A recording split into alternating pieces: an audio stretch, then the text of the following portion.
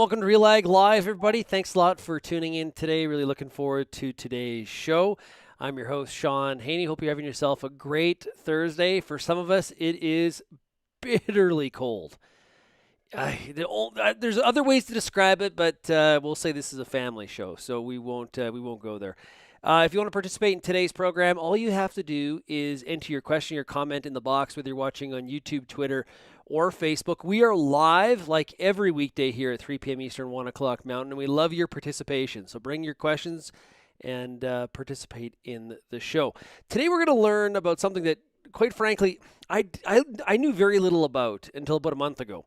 And we launched this new podcast called the Farming Biogas Podcast. And I've actually been to anaerobic digester facilities in Germany and on a farm tour once and learned a lot there, but I really didn't know much. And so I've been recording these podcasts with some Canadian farmers and learning a lot. And what I thought would be kind of neat is for us to kind of expand on that podcast and bring in somebody that knows everything there is to know about the Canadian biogas industry and the opportunities it may provide. I know a lot of you have livestock operations. You got pork, you got beef, you got dairy. This may be a fit for you, and we're going to learn together here, so make sure you ask some questions. Okay, let's bring our guest in. It is Jennifer Green. She is the Executive Director of the Canadian Biogas Association based out of Ottawa, Canada. Jennifer, how are you? I'm great, Shaun. How are you doing? Well, I'm doing fantastic. I really appreciate you joining us here today on the show. So let's talk about the scope and scale of the biogas industry in Canada. What does it look like?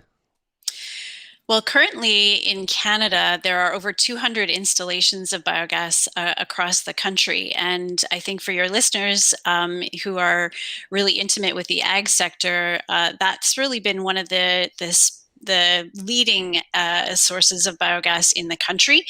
In addition, we also see a number of AD applications in the municipal sector where we're collecting gas from landfills, and we're also creating gas as well from other municipal sources.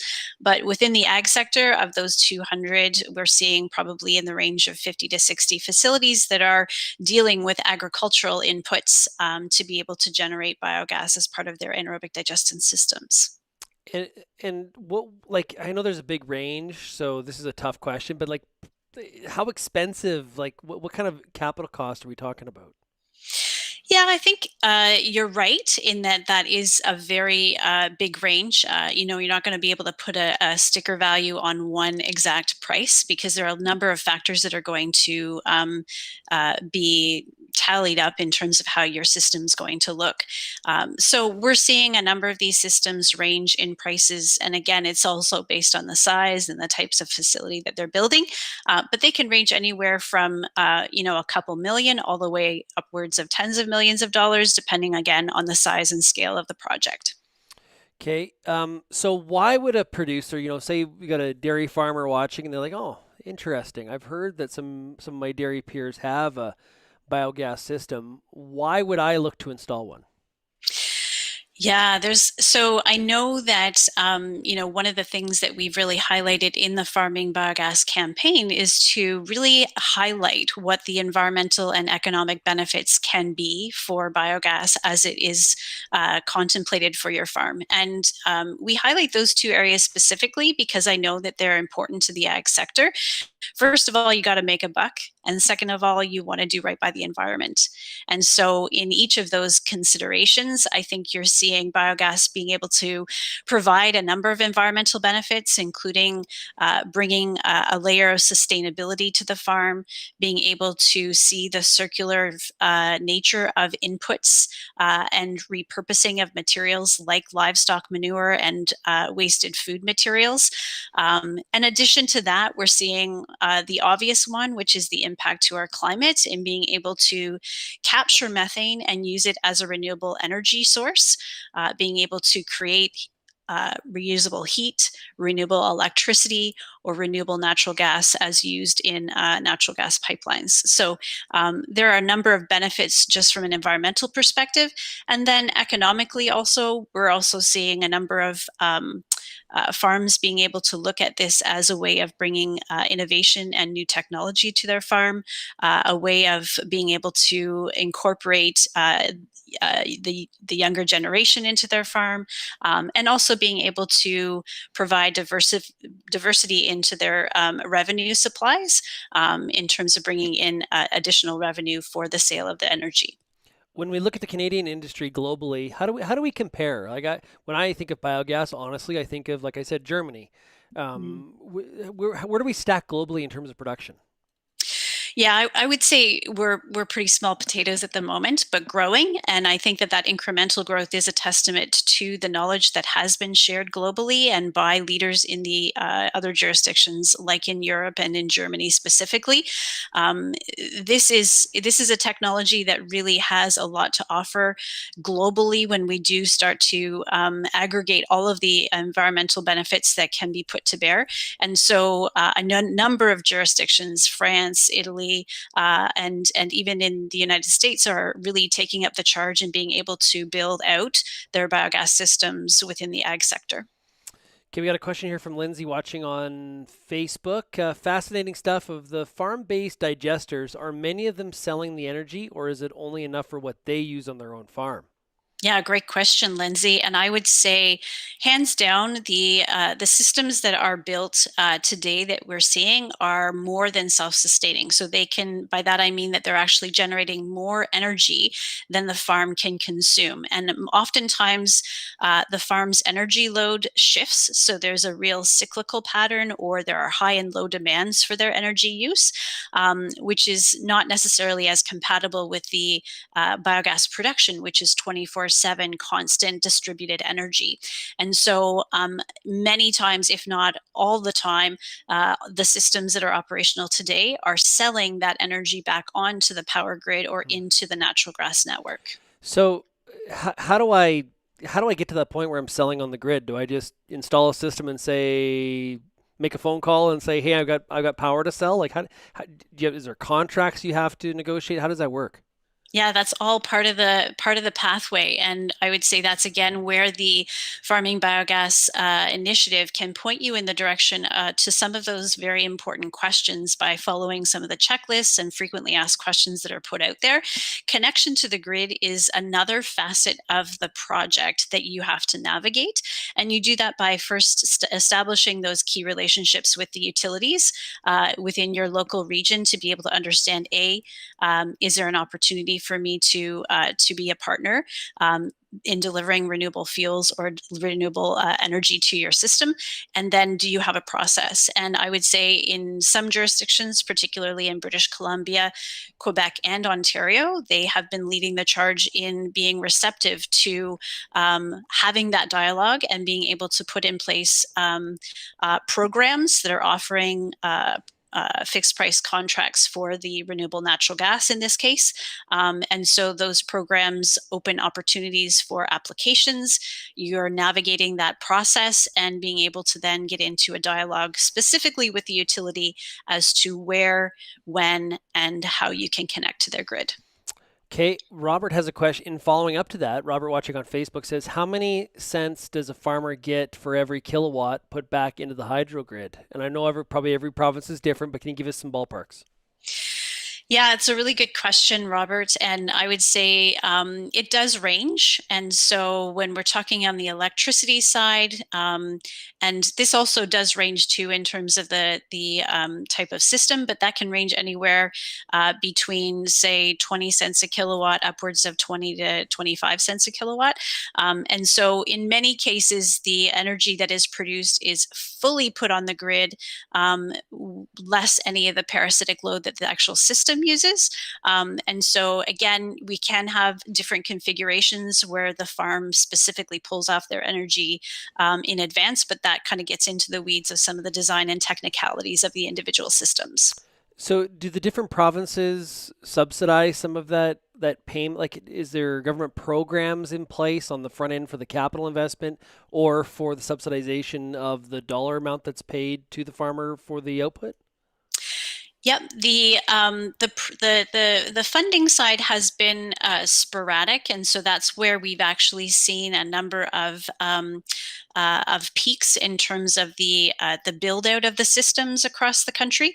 As I mentioned, there's been a number of projects that have been focused now on renewable natural gas, and that's where the programs and the funding is currently being directed.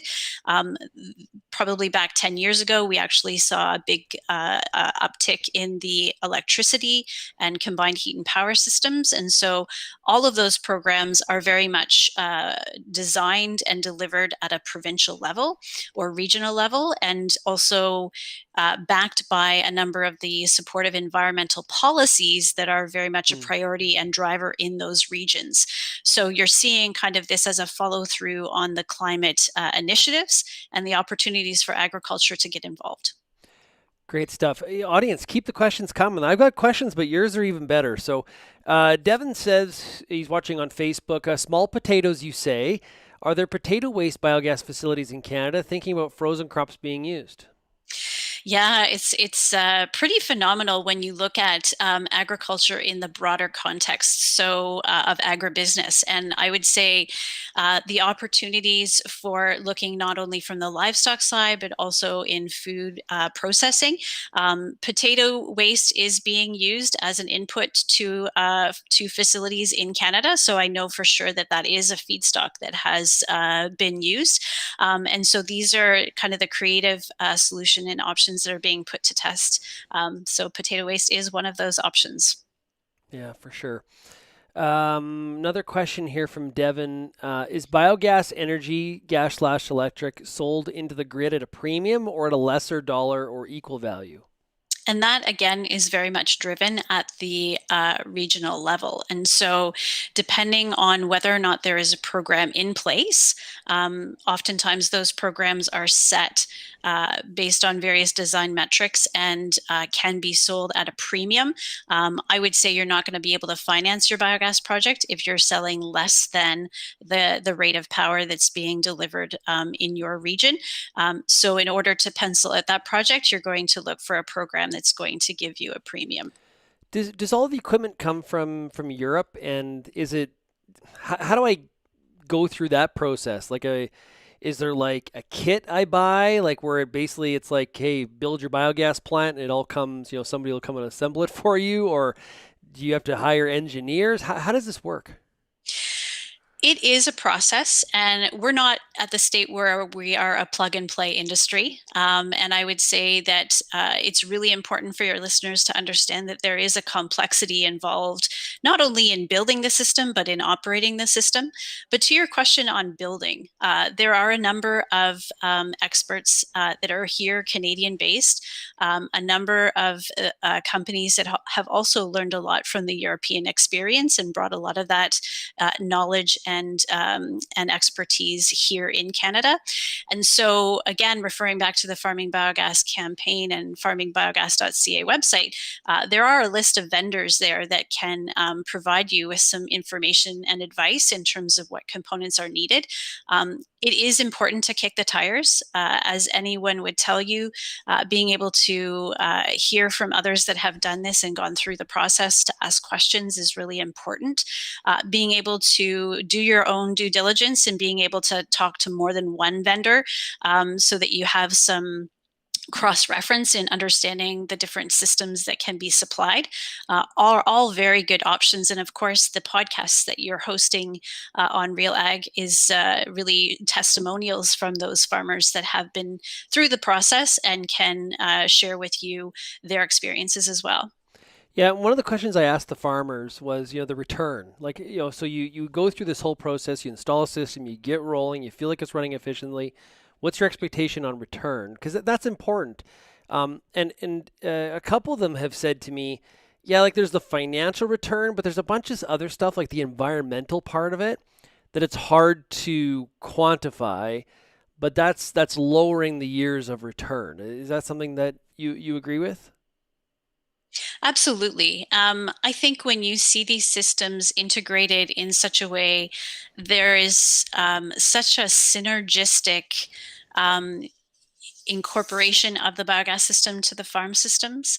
And the return can be one that is very much on a payback, or looking more materially at how you're being able to improve the soil in your neck of the woods, being able to protect your water sources, and so those again don't have a value placed on them.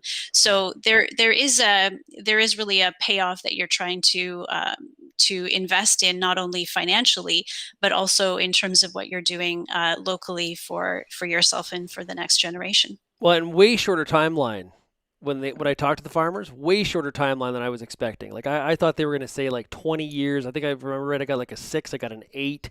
Mm-hmm. That was way shorter than what I expected. Yeah, and really, I mean, but longer than it would take for you to pay off a piece of equipment and or a new barn, right, or new Yeah, quota. So you do kind of have to put it in perspective and recognize that they may be longer term than you're most familiar with, but still within the realm of the possible, recognizing all the other peripheral elements that come into it. for sure. Great question from Devin here. And that is there a professional trade needed to operate the anaerobic digester, like a power engineer, or does that depend on the size of the digester? It is an amazing question, Devin, and I love it because I would say farming as a profession comes with needing to be a jack of all trades. And while you can do that, you probably have expertise in certain areas. So when you look at biogas specifically, you're going to have to bring electrical knowledge, mechanical knowledge, microbiological knowledge. There's a lot happening in this system all at once, and as I said before, they're complex systems. Currently, there's no professional designation that's needed to operate a system, but it is highly recommended, if not required, by some of the approvals to operate these systems, that people will have training and the ability to navigate some of these particular topics that I just described. So Hmm. the other thing that I find is massively integrated in these systems is that farmers are super resourceful. And you already know that if you have a plumbing issue or an electrical issue or a mechanical issue, that you have trades in your sphere that you call upon at a moment's notice. And I would never underestimate the support of that team when you look into navigating the biogas system. Not only are you enhancing their knowledge and experience by integrating them into your project, but they're becoming part of that resource that you can use forever and going forward.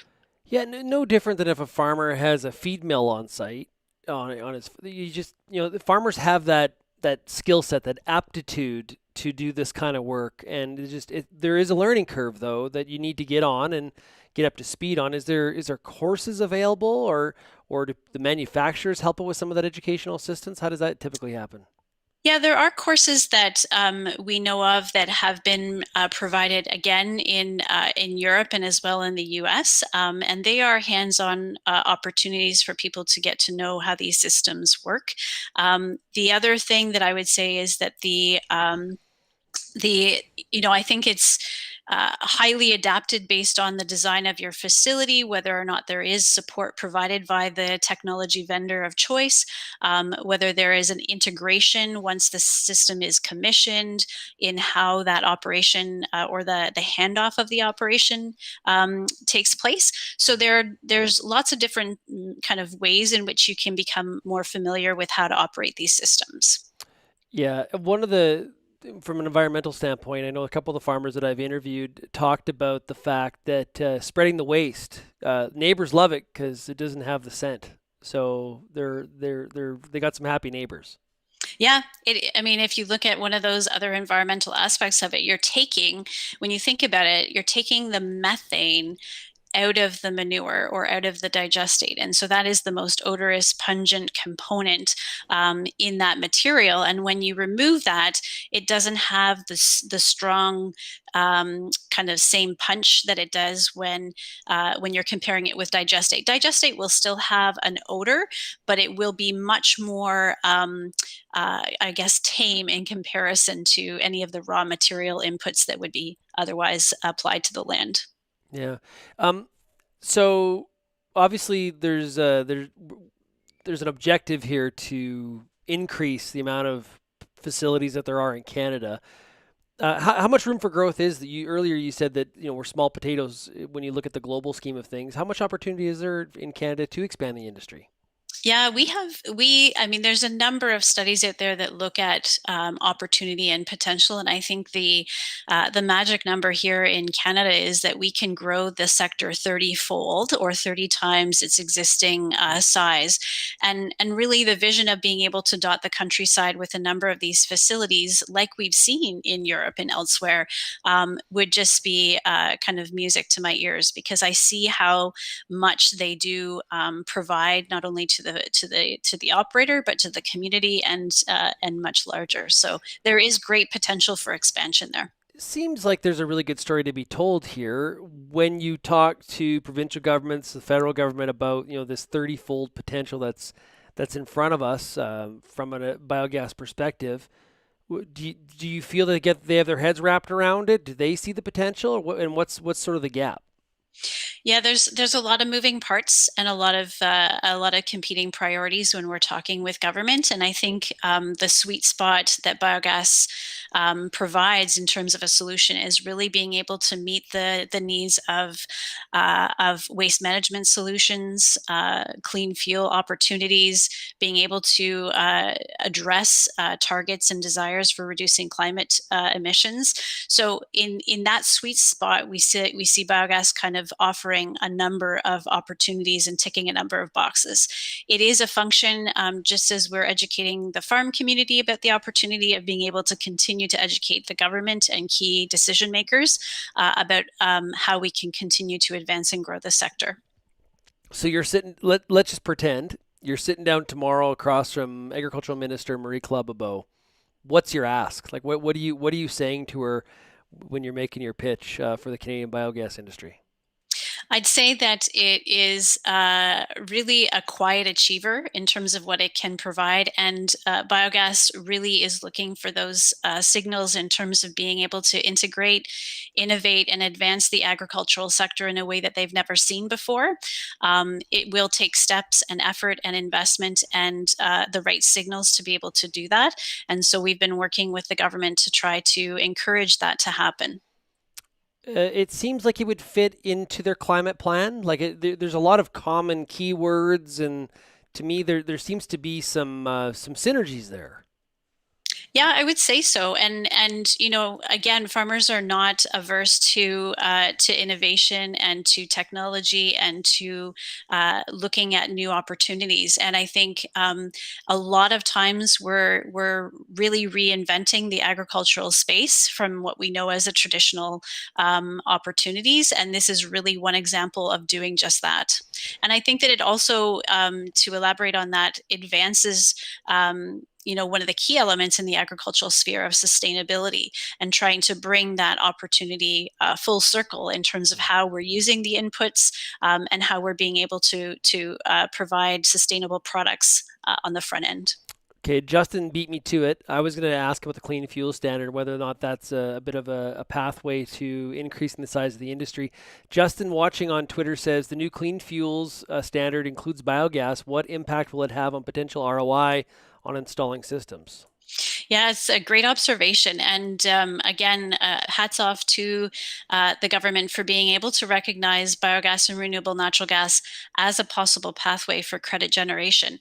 I think that that is important for your listeners to continue to follow. And we're going to be, as the Canadian Biogas Association, preparing a lot more materials around that as the regulation comes into force later this year. Being able to understand exactly what that looks like. There's still some key factors that are really not defined in terms of being able to understand that ROI. So keep your eyes peeled on this one. I think it could be an important one. Okay. Robert asked another question. In Europe, if you can't use your product to heat, it doesn't pay. Lots of biogas use there is to heat towns close to them. Actually, that was the exact case, the one that I visited. Here, we don't always have that. Yep. Heat is the jewel in the crown. If you can find a 24/7 use of the heat, in addition to the electricity that's generated from your system, your payback will look greatly better than if you don't. A lot of that heat, sorry, I should say that a portion of the heat that's generated when you're using a biogas as a fuel into a generator or a combined heat and power system, some of that heat actually gets recirculated back into the system. In order for these systems to even generate biogas at all, we have to create optimum conditions within the anaerobic digestion system. And so, in doing that, in very cold climates like we have today in parts of Canada, we're using a lot of that heat that's coming off those engines to be able to keep those optimum conditions. So, you're exactly right, Robert. If you can find use for the heat in grain drying while seasonal, other adjacent uses that can be able to use that heat, that really improves the economic opportunity of your project. Are all feedstocks created equal? No, absolutely not. Just like any input that comes into your animal, that animal is going to take a portion of that energy from the feedstock that they use to create their meat, milk, whatever it is that they're generating, and so whatever is left over, obviously in the manure, becomes the byproduct or the input to the anaerobic digestion systems. But the ration that goes into the animal will then very much dictate what that biogas potential is Hmm. in terms of the input to the vessel. And so that's why, in many cases, if not most cases, you're seeing a lot of the inputs being commingled with other off farm materials, including waste products from grocery stores or fats, oils, and greases from restaurants, which really significantly boost the energy biogas production from the inputs. So that increases the efficiency It increases the production of production. methane, which then increases the opportunity for generation. Okay. Now I don't know if it's just totally random or just coincidence, but three of the farmers that I talked to in the Farming Biogas podcast are from dairies. So are biogas systems more common in the dairy sector? Currently, we're seeing a number of dairies more prevalent having taken up biogas, and I would attribute that primarily because of their stability in expanding their investments based on their supply management foundations. But there are a number of other systems that have also been constructed using inputs on beef feedlots, being able to use swine inputs or swine manure, pork manure, and also using them in greenhouses. So it's not restricted to dairy, but for sure the bankability and the opportunity for investment within the dairy sector is much stronger. Okay, probably a stupid question, but with cow manure, it's solid, right? Like it's in a patty. So what do they have to do before they put it in the digester? Yeah, there's wet and dry systems. So again, that's a consideration when you're looking at your design. What kind of form do your inputs come in as? If you're dealing primarily with liquid streams, then you're going to have a liquid system that's going to consist with a lot of pumps and pipes that will help move the material through your system. If you're primarily dealing with a solid-based system, there are systems that can also address those needs too. Huh. It just seems pretty clear. Okay, I find this so interesting, and I'm really curious to see if we do see the growth, because there's a lot of things that are lining up, especially as I talked about the federal government and some of the things that they're trying to do with their climate policy, and of course we've got an administration in the U.S. where I'm sure they're potentially looking at more of this kind of growth in this sector. So I think the timing seems like lining up to be for expansion, if you know what I mean.